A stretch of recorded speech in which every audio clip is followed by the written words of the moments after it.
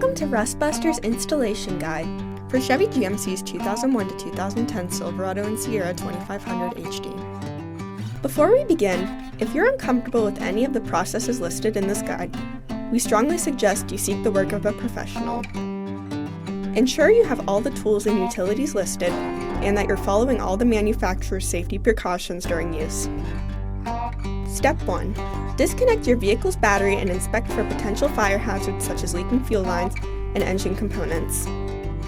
Prepare or remove these before starting. Finally, clear the work area of any safety hazards. Step 2. Lift up your vehicle.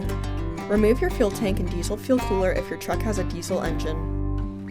Cut around the radius on the inside and outside of your factory driveshaft crossmember. You can cut the crossmember in half to make it easier to remove. Then, spray the work area with a weld-through primer to help prevent against rust development. Step 3. Take your replacement driveshaft crossmember and slide the internal plates onto each end. Then, slide your crossmember into place, one side at a time. Align your crossmember to where the hanger is facing straight vertically.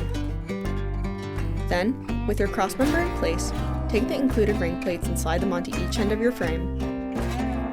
Following proper welding procedures, tack weld your driveshaft crossmember onto the frame before welding it on cooling. Finally, paint the part with primer or other rust inhibitor to help prevent or reduce the risk of rust formation. We recommend our Rustbuster Rust Converter and Primer Spray Paint.